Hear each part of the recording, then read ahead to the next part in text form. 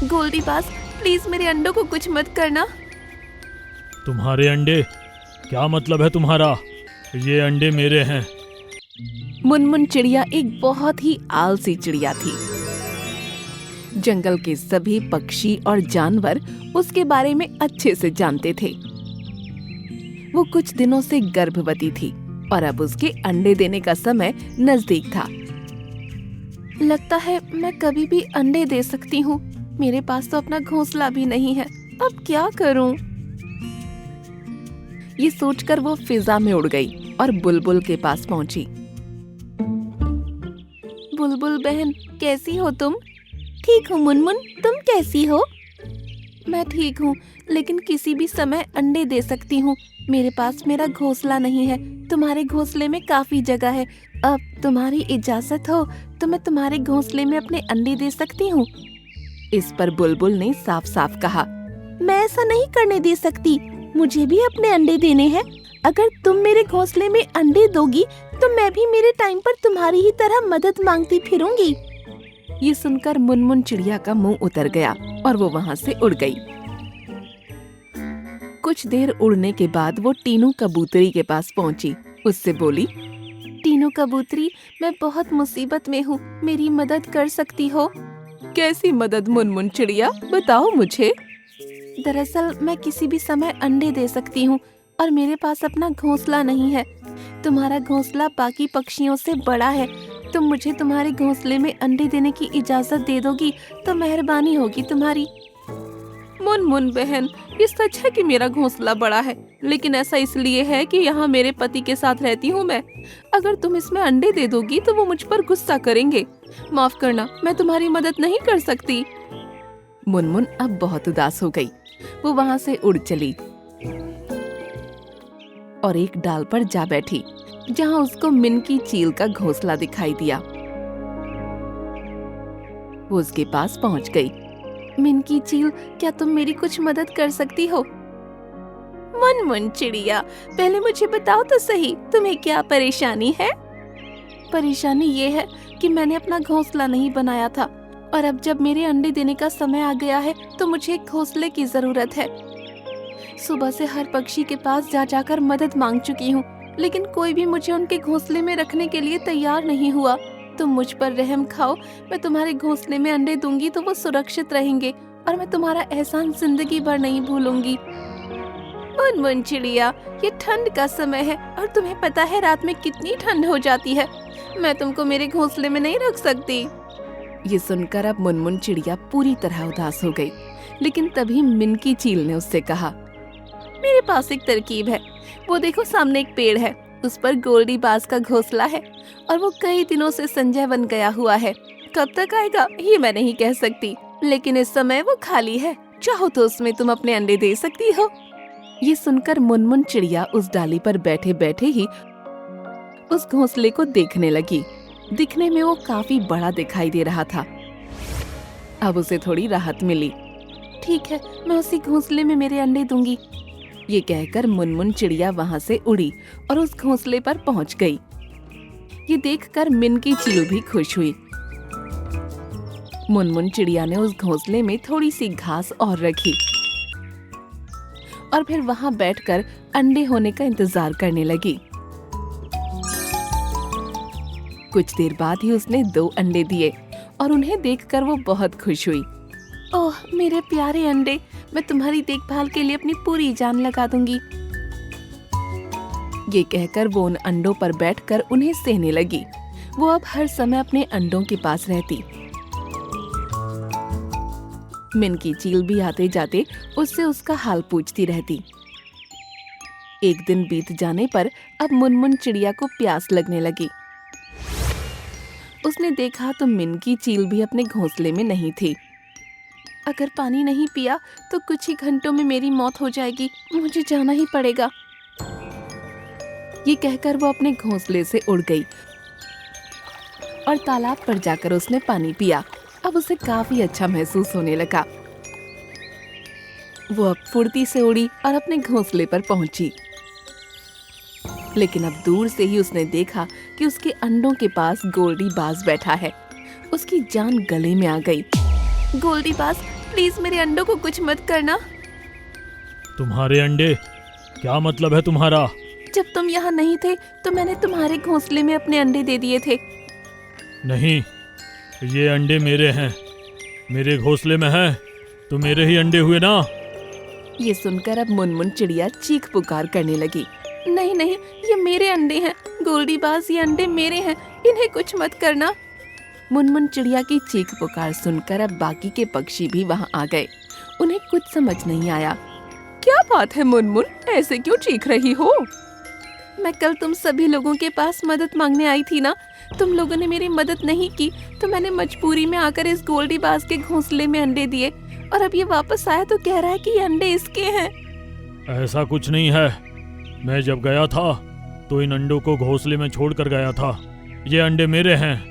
ये बात सुनकर सभी पक्षियों की समझ में आ गया कि वो झूठ बोल रहा है, लेकिन बाज के आगे आखिर बोल कौन सकता था। तुमने ये ठीक नहीं किया मुनमुन चिड़िया। वक्त रहते आलस छोड़कर अगर तुम अपना घोंसला तैयार कर लेती तो उसी में आज तुम्हारे अंडे सुरक्षित होते। तुम लोग ठीक कह रहे हो, अपने आलसीपन की सजा मैं भुगत रही हूँ। अब एक माँ होकर मैं अपने अंडों को अपने सामने खत्म होता देखूंगी। ये कहकर मुनमुन की आंखों से आंसू निकल पड़े, लेकिन गोल्डी पर इसका कोई असर नहीं हो रहा था। तभी मिनकी चील वहाँ आ पहुँची। उसने सब पक्षियों को वहाँ पर जमा देखा और गोल्डी को मुनमुन के अंडों के पास देखा तो वो हैरान रह गई। मुनमुन, तुम रो क्यों रही हो? जाओ अपने अंडों के पास जाओ। ये घोंसला मेरा है और इसके अंदर पड़े ये अंडे भी मेरे हैं, समझी तुम? ये घोंसला तुम्हारा है सच है, लेकिन मैंने ही मुनमुन को तुम्हारे घोंसले में अंडे देने के लिए कहा था और इसने मेरे ही सामने इन अंडों को पैदा किया था। तुम फालतू मत बोलो वरना अच्छा नहीं होगा। अच्छा, तुम्हारे साथ नहीं होगा गोल्डी। मेरा बड़ा भाई कालू बाज तुमसे भी खतरनाक है। अगर तुमने मुनमुन के अंडों को कुछ भी किया ना तो उसको बुला लूंगी। ये सुनकर अब गोल्डी बाज की हवा टाइट हो गई। वो बोला, मैं फिर से संजय वन जा रहा हूँ। जब इसके अंडों से बच्चे निकल जाएं तो मुझे वहाँ से बुलवा लेना। ये कहकर गोल्डी बाज वहाँ से चला गया और मुनमुन अपने अंडों के पास जाकर बैठ गई और बहुत खुश हुई। उसने सबसे वादा किया कि अंडों से बच्चे निकलते ही वो अपना घोंसला बनाना शुरू करेगी और कभी आलस नहीं करेगी। तुम कितने गंदे हो कालू कौवे, तुमने मेरा सारा घर गंदा कर दिया। तो साफ कर लो मोटे पपीते, मेरा काम तो हो गया, अब मुझे क्या लेना तुम्हारे घर से। ये कहानी है ढोलकपुर गांव की, जहां सारे ही पक्षियों और पेड़ आपस में मिलजुल कर रहते थे। सब बहुत ही तरह तरह के पेड़ थे और बहुत अलग अलग तरह के पक्षी उन पर रहते थे। तभी एक पेड़ चिड़िया से कहता है, अरे चमेली चिड़िया, देखो मौसम कितना अच्छा है, मन कर रहा है झूम कर नाचूं। तो नाच लो, पर तुम तो नाच भी नहीं सकते, तुम्हारे पैर ही जमीन के अंदर हैं। टीटू पेड़ तेज से सर हिलाता है और चमेली को नीचे गिरा देता है। लो, मैं तो नाच लिया, तुम गिर गई ना। तो पागल है, गंदा पेड़ कहीं का। वहाँ सब ऐसे ही हंसी ठिठोली करते थे। वहीं एक पपीते का भी इलाका था, जहाँ सारे पपीते और चिड़िया रहते थे। सब बहुत खुशी खुशी रहते थे। वहाँ एक मोटे पपीते का भी घर था, जो सभी पक्षियों की मदद करता था। किसी भी पक्षी को कभी भी रहने की जरूरत पड़ती थी तो वो मोटे पपीते के घर को इस्तेमाल कर लेता था। मोटा पपीता बहुत ही अच्छा था और सब जरूरतमंद पक्षियों की मदद करता था। फिर एक दिन कौवा उससे कहता है, अरे मोटे पपीते, मेरे घर पर कुछ मेहमान आ रहे हैं, तो मैं उन्हें यहाँ लेकर आ जाऊं? बस थोड़े दिन की बात है, प्लीज तुम अपना घर मुझे किराए पर दे दो। हाँ चलो ले लो, पर मेरे घर के अंदर कोई गंदगी मत करना। पपीता उसे अपना घर थोड़े दिन के लिए दे देता है। फिर कालू कौवे के मेहमान आकर चले जाते हैं और उसके मेहमान घर के अंदर इतनी गंदगी मचा कर जाते हैं कि मोटे पपीते को बहुत गुस्सा आ जाता है। तुम कितने गंदे हो कालू कौवे, तुमने मेरा सारा घर गंदा कर दिया। तो साफ कर लो मोटे पपीते, मेरा काम तो हो गया, अब मुझे क्या लेना तुम्हारे घर से। मोटा पपीता ये बात सुनकर रूठ जाता है। फिर कुछ समय बाद बारिश का समय आ जाता है। सब लोगों ने अपना अपना घर बना लिया था। बस कालू कौवा और चमेली चिड़िया ही बिना घर के थे। चमेली बेचारी मेहनत कर रही थी, पर उसे घर बनाने के लिए कुछ चीजें नहीं मिल रही थी। पर चमेली चिड़िया बहुत अच्छी थी। पपीते भैया, मैं तुम्हारे घर में रह लूं? अब बहुत बारिश का मौसम है और मेरे बच्चे भी भीग रहे हैं। हाँ चमेली बहन, रह लो, पर तुम गंदा मत करना। पहले कालू कौवा रह कर गया था और उसने मेरा घर बहुत गंदा कर दिया था। फिर कुछ समय बाद कौवा बारिश में बहुत भीग जाता है और उसे ठंड भी लगती है। फिर वो मोटे पपीते के पास ही आता है। पपीते भाई, मुझे भी अपने घर के अंदर घुसा लो, मैं ठंड से मर रहा हूँ। नहीं कालू कौवे, मेरे घर के अंदर जगह नहीं है तुम जैसे गंदे लोगों के लिए, और यहाँ वैसे भी चमेली और उसके बच्चे रह रहे हैं, तो तुम्हें अंदर जगह नहीं मिलेगी। कालू कौवा ये बात सुनकर चला जाता है। फिर बारिश का समय बंद हो जाता है और सब पक्षी अपनी अपनी जगह वापस चले जाते हैं और मौसम भी बहुत साफ हो जाता है। कुछ समय बाद जंगल में दो खतरनाक बाज आ जाते हैं जो सबको खाते हैं और पेड़ों की फसल भी खराब कर देते हैं। उन्होंने बहुत पक्षियों को अपना शिकार बना लिया था। अब वो मोटे पपीते की फसल खराब करने आ ही रहे थे।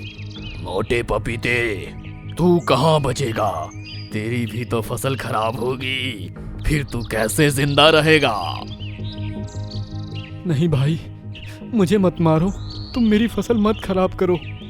मैं तो यहाँ सभी पक्षियों को रहने के लिए घर देता हूँ। अगर मैं चला गया तो बहुत पक्षियाँ बेघर हो जाएंगे। तो हमें उससे क्या करना? हमें तो फसल खराब करने से मतलब है। हम यहाँ सारे जंगल को उजाड़ देंगे और सारे पक्षियों को मार देंगे। वहीं पीछे से चमेली उड़कर आती है और वो देखती है कि खतरनाक बाज मोटे पपीते को परेशान कर रहा है। वो फटाफट वहीं जाती है। ए खतरनाक बाज, मोटे पपीते अंकल से दूर हटो। तुम उन्हें परेशान नहीं कर सकते, और अगर तुम इन्हें परेशान करोगे तो तुम्हें मुझसे लड़ना होगा। अरे चिड़िया, तू मेरा क्या बिगाड़ सकेगी? मैं तो ये फसल खराब ही करूँगा। तो आजा मुकाबले में। चिड़िया और बाज दोनों की लड़ाई बढ़ने लगती है। तभी चमेली चिड़िया बाज को जंगल के दूसरे हिस्से में ले जाती है जहाँ शिकारियों ने जाल बिछाया हुआ था। बाज चमेली चिड़िया के पीछे पीछे उसे पकड़ने के लिए उड़ता है। फिर चमेली चिड़िया जाल के पास पहुंच जाती है और वहां से अचानक दूसरी तरफ मुड़ जाती है। बाज की रफ्तार तेज होने के कारण वो दूसरी तरफ उड़ नहीं पाता और जाल में फंस जाता है।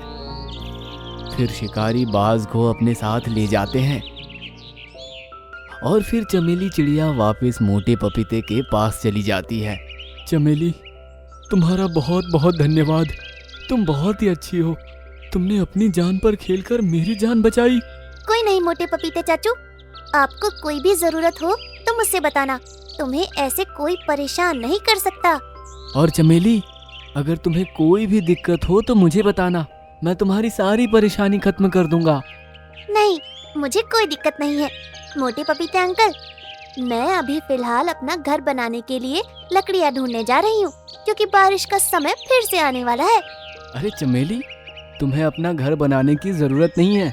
तुम्हारा घर तो ये है ना, तुम मेरे घर में रहना। अरे मोटे पपीते अंकल, ये आप क्या बातें कर रहे हैं? हाँ चमेली, तुम मेरी जान बचाई हो तो मैं तुम्हारे लिए इतना तो कर ही सकता हूँ। तुम इसे अपने चाचू का घर समझ लेना। जब भी तुम्हें लगे कि बारिश आ रही है या मुसीबत आ रही है तो तुम मेरे घर में आकर रह लेना, और इस घर में कोई नहीं रहेगा तुम्हारे अलावा। ये सिर्फ तुम्हारा घर होगा।